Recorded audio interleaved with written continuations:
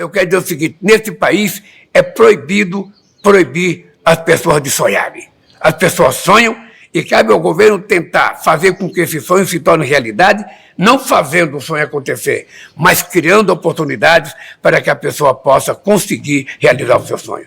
É isso que eu pretendo fazer. Eu tenho 2 anos muito, mas muito primorosos na minha vida. São possivelmente os 2 anos mais importantes da minha vida, porque eu acho que eu preciso entregar tudo aquilo que eu prometi para o povo. Eu quero entregar porque eu quero sair de cabeça erguida como eu entrei, de cabeça erguida, descer a rampa e lá cumprimentar o povo. Não quero fugir para Miami, não quero deixar de colocar faixa no presidente que ganhar as eleições, não. Eu quero respeitar o resultado eleitoral e se alguém ganhar, vou lá entregar a faixa. Mas eu tenho 2 anos primorosos na minha vida, eu quero dedicar, quero trabalhar de manhã, de tarde e de noite, quero viajar ao Brasil, quero fazer debate, quero conversar com empresários, quero conversar com trabalhadores, porque esse país precisa consolidar o processo democrático, Luiz Melo. Porque o que está em risco no Brasil é o processo democrático. O que está em risco no Brasil é a mentira ganhar da verdade.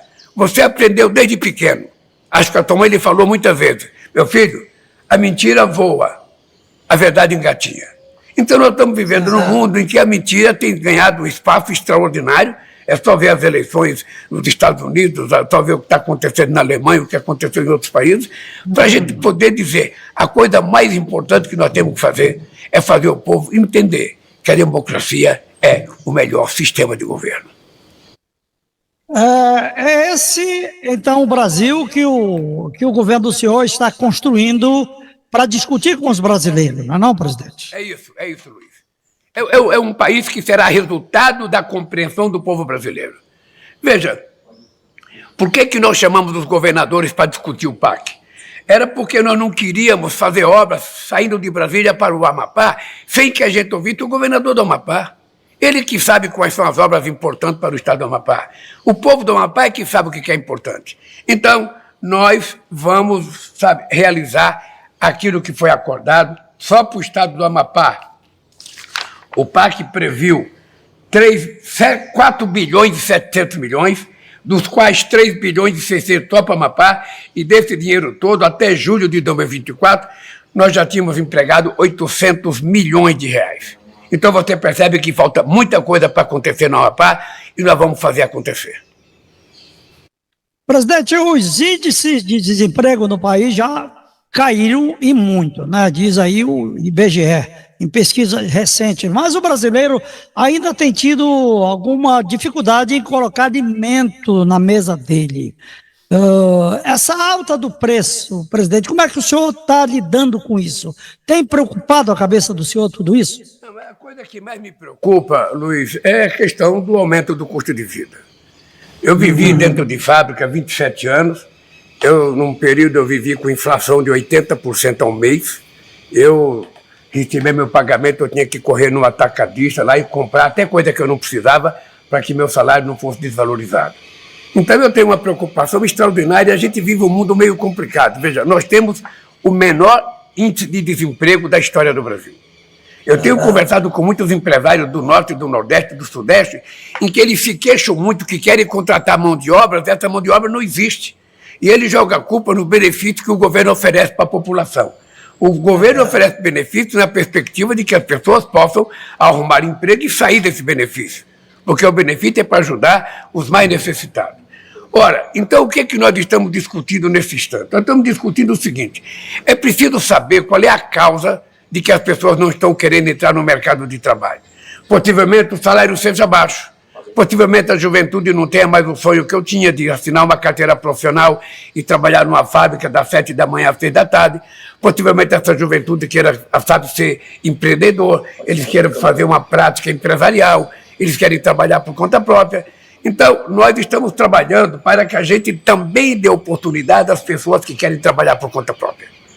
Sabe? E isso é uma coisa nova, porque é uma coisa que está acontecendo, sobretudo, junto às mulheres e junto à juventude. As pessoas não querem mais se submeter à regra de trabalho, sabe, todo dia, de segunda a sexta-feira, das 7 da manhã às 5 da tarde, às 6 da tarde. As pessoas querem ter mais liberdade, querem progredir, querem inventar e querem tentar mostrar que são capazes. Nós, então, precisamos colocar o empreendedorismo na nossa cabeça para a gente oferecer às pessoas oportunidade para que ele seja um bom empreendedor. A segunda coisa é a questão do custo de vida, ou seja, você tem sempre um problema. Quando você tem uma demanda muito grande da sociedade, as pessoas aumentam o preço. Quando você tem, sabe, uma diminuição na demanda, as pessoas reduzem o preço. O que é que nós estamos vendo? O Brasil virou um grande exportador de commodities. O Brasil hoje, a gente pode dizer que aquele sonho da década de 70, de que o Brasil seria o celeiro do mundo, o Brasil é hoje o celeiro do mundo. Nós hoje exportamos coisas, sabe, mas muita coisa. Nós abrimos sempre, não sei quantos mercados esse ano, querido. Somente esse ano, todo mundo quer comprar as coisas do Brasil, de ovo de galinha, a pena de pavão, a pé de galinha, a carne, a soja, o milho, a etanol, todo mundo quer comprar as coisas do Brasil. Então nós temos que nos preparar para que a gente possa atender o mercado externo sem criar problema para o mercado interno. Nós estamos cuidando disso, eu já fiz reuniões com alguns setores empresariais, essa semana vamos ter mais reuniões com outros setores empresariais e vamos encontrar um acordo, porque isso preocupa a mim, preocupa o Ministério da Fazenda, preocupa o Ministério da Indústria e Comércio, sobretudo o Ministério que trabalha na área social. Então, nós estamos tentando ver como é que a gente vai fazer para baratear o alimento e continuar aumentando o salário. Porque é muito importante que a gente continue aumentando o salário, porque somente com o aumento do salário e uma certa redução do preço é que a gente vai permitir que a comida chegue na mesa do trabalhador de qualidade e a preços compatíveis com o salário que ele ganha. Bom, de qualquer maneira, presidente, como não se pode tapar o sol com a peneira, como se diz no populesco, o preço dos alimentos tem dado sobrevida à inflação ultimamente, né? E os brasileiros, por conta disso, têm sim tido dificuldade de colocar comida na mesa. Eu pergunto para o senhor o seguinte: agro e governo têm se entendido bem, presidente, sem divergências que possam impactar no preço dos alimentos? Nenhuma. Até porque, Luiz, o agro, ele produz muita coisa para exportação, seja a carne, seja a soja, seja o milho, seja o etanol. Tudo isso é produto produzido pelos grandes proprietários de terra, pelas grandes fazendas brasileiras, que é um benefício importante para o Brasil. E o que é que nós fazemos? Nós garantimos a essa gente uma política de crédito e já fizemos os 2 maiores financiamentos para a agricultura familiar da história desse país e vamos continuar fazendo. Da mesma forma, nós temos que fomentar, incentivar e melhorar o crédito para a agricultura familiar, porque nós temos quase 5 milhões de propriedades de 0 a 6 hectares. Nessa propriedade é que se produz 70% ou mais dos alimentos que vem na mesa do trabalhador. E nessas propriedades é que nós precisamos fazer mais investimento, mais tecnologia, mais financiamento, mais assistência técnica, para que se melhore a capacidade produtiva dessa gente e para que o alimento possa ser produzido com muito mais qualidade, com muito mais rapidez e com muito mais quantidade. Isso nós estamos fazendo. Nós temos um plano safra importante no Pronaf, nós temos uma política de crédito muito forte para o pequeno e médio produtor, e nós já fizemos o programa Mais Alimentos, que é um programa que financia máquinas e implementos agrícolas para aumentar a produção rural, porque se o cara produz 10 litros de leite, vamos fazer com que ele produza 20. Se ele produz meia dúzia de laranja, vamos fazer com que ele produza uma dúzia. Porque assim a gente melhora a capacidade produtiva dele e a gente garante que o alimento chegará no supermercado a preços acessíveis para que o povo possa viver bem. É o que todo mundo espera. Agora, presidente, o senhor tem dito que o Brasil perdeu o respeito que tinha no cenário internacional. Culpa de uma política externa muito mal feita, aos trancos e barrancos, por assim dizer? Como o senhor tem sentido essa atual falta de respeito? A política externa do Brasil ela foi jogada no limbo nos últimos anos de governo. Porque nós tínhamos um presidente que ninguém queria recebê-lo e tínhamos um presidente que ninguém queria vir aqui. Ora, e sem fazer política externa. Você não aumenta o seu comércio, sem fazer política externa, você não aumenta a sua relação e você não arruma mais amigos. Veja o que aconteceu. Depois que nós entramos no governo, eu já visitei praticamente, já conversei com praticamente quase todos os presidentes da Europa, eu já conversei com quase todos os presidentes da África, eu já conversei com todos os presidentes da América Latina. E já conversei com muitos presidentes do mundo asiático, a começar pelo Xi Jinping da China. Eu já participei de todos os congressos que estava todo mundo presente. Isso facilita enormemente o trabalho do ministro da Agricultura. Isso facilita enormemente o trabalho do ministro da Indústria e Comércio. Porque o papel do presidente da República não é fazer negócio, o papel do presidente da República é abrir a porta. Quando abre a porta, os ministros vão e começam a trabalhar junto com empresários. É por isso que as nossas exportações estão crescendo, é por isso que nós estamos vendendo muito, é por isso que tem muito mercados abertos para o Brasil. Eu agora, dia 27, eu vou para o Japão e vou com a perspectiva de abrir o Japão para comprar carne brasileira. Eu já tinha aberto em 2005 para comprar frutas brasileiras. E assim que o Brasil é respeitado, nós fizemos a COP20 aqui no Brasil, foi extraordinária, vamos fazer os BRICS agora dia 2 de julho aqui no Brasil, ou no começo de julho, e vamos fazer a COP30, da qual o Amapá vai se colocar como um estado exemplo de estado de preservação ambiental. O Macapá possivelmente sendo o estado brasileiro com menos desmatamento nesse instante, e isso é importante para a gente mostrar ao mundo que vem aqui, vem a Amazônia, porque todo mundo dá palpite na Amazônia, Luiz Médio, mas pouca gente conhece a Amazônia. Então, quando nós decidimos fazer a COP no Amapá, era porque a gente queria pare de falar na Amazônia e venha conhecer a Amazônia. Não ache, sabe, que lá só tem mato, não. Embaixo de cada copa de árvore tem um trabalhador, tem um seringueiro, tem um pescador, tem um pequeno proprietário de terra, tem um pequeno trabalhador rural. E essa gente precisa ser respeitada e precisa de dinheiro. E é por isso que nós estamos cobrando do mundo desenvolvido, que já desmatou toda a sua terra, sabe, que eles têm que financiar para que os países que ainda têm floresta mantenham elas em pé. Para manter elas em pé, nós precisamos garantir comida na boca de quem mora lá, de quem trabalha, de quem pesca, de quem carpe, sabe? De quem colhe seringa. É isso que nós queremos fazer com muito carinho, por isso a COP30 será muito importante. Eu espero que você esteja lá, Luiz, para transmitir uma entrevista ao vivo para o Brasil. Muito bem. Seria essa, então, presidente, a razão de o senhor ter optado em trazer a COP30 para o nosso vizinho Pará, aqui pertinho, né? Fazer com que os países conheçam mais de perto a grandeza da Amazônia e como cuidamos muito bem dela, né?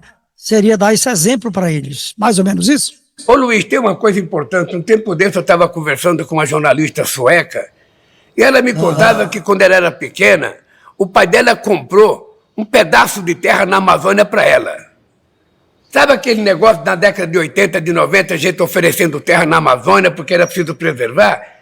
Olha, essa gente toda fala, se você viaja hoje, Luiz, todo mundo fala da Amazônia, mas pouca gente conhece. Quando nós decidimos fazer a COP30 em Belém, é porque eu quero que a Amazônia fale para o mundo. Isso. Eu quero que eles venham ver a exuberância da Amazônia, ver a qualidade humanista do povo do norte do país, do povo do Amapá, do povo do Pará, do povo de Roraima, do povo do Amazonas, para eles conhecerem que tipo de gente que nós somos. E aí nós queremos discutir seriamente o financiamento. Vão financiar ou não vão financiar? Na COP de 2009, eu era presidente da República, que eu fui, e lá os países ricos prometeram dar 100 bilhões de dólares para que os países que tivessem floresta em pé mantivessem a floresta. Não deram. Depois prometeram 300 bilhões, não deram. Agora a necessidade são 1 trilhão e 300 bilhões de dólares. Então vai ficar cada vez mais difícil. E pelo comportamento do presidente americano, eu acho que vai ficar cada vez mais difícil o país de ricos quererem se comprometer a ajudar a salvação do planeta. Os países vão lá, participam dos encontros, clima, alternativas energéticas, prometem mundos, fundos e latifúndios e não dão absolutamente nada ao fim das contas, né? Isso gera descrédito, né, presidente? Agora, o senhor, no caso do G20, que foi realizado no Rio de Janeiro, né, chegou a dizer, ou tem dito, que foi o melhor de todos para o Brasil. O senhor tem dito isso. Por quê, presidente? Olha, porque o comparecimento de presidentes foi extraordinariamente importante. Ou seja, nós tínhamos na mesma mesa o presidente da China, o presidente da Índia, o presidente dos Estados Unidos, o presidente do Brasil, o presidente da Indonésia, o presidente do Vietnã. Ou seja, você conseguiu juntar o mundo inteiro em torno, sabe, de uma coisa, e nós aproveitamos e propusemos a criação do Pacto contra a fome e a pobreza, que foi uma coisa extraordinária, porque todo mundo participou, todo mundo aderiu, e a gente vai fazer essa luta contra a fome e a pobreza quase que uma profissão de fé, porque o mundo já produz alimento, o mundo já tem tecnologia, o mundo já tem dinheiro. O que é preciso é fazer com que esse dinheiro chegue na mão do povo para ele comprar o alimento. Hoje você tem, só para você ter ideia, Luiz, o ano passado se gastou 2 trilhões e 400 bilhões de dólares em armamentos. Se esse dinheiro tivesse sido gasto para acabar com a fome, a gente não tinha mais fome. Hoje, nós temos 2 ou 3 empresários que têm mais dinheiro do que muitos países. Então, o que nós queremos é chamar a razão das pessoas. Ninguém precisa ser tão rico a ponto de querer procurar um terreno para comprar em Marte, ou no Sol, ou na Lua. Não, vamos transformar a vida no planeta Terra mais feliz e que todos precisam ter o que comer. Este mundo precisa garantir a todo mundo que levanta um café da manhã, um almoço, uma janta, uma escola, uma casa. E o direito de ser feliz é só isso que nós queremos, e o mundo tem dinheiro para isso. O Brasil já deu prova disso. Olha, quando eu votei agora, Luiz, quando eu votei, eu encontrei 33 milhões de brasileiros passando fome. Já tiramos 24 milhões de brasileiros, e quando chegar 2026, a gente outra vez vai sair do mapa da fome. A gente vai poder dizer o meu sonho de 2003. Você está lembrado do meu discurso? Você está lembrado do meu discurso em 2003? Eu dizia o seguinte: se quando eu terminar o meu governo, cada brasileiro estiver tomando um café, almoçando e jantando, eu já realizei o sonho da minha vida. É isso que eu quero. Eu quero que todo mundo tenha café da manhã, almoço, janta, que todo mundo possa comer as proteínas e as calorias necessárias. E é por isso, companheiro, que eu vou viajar para conversar com o nosso povo. Nosso povo tem direito, o mundo tem direito, e tem pouca gente com muito dinheiro e muita gente sem dinheiro.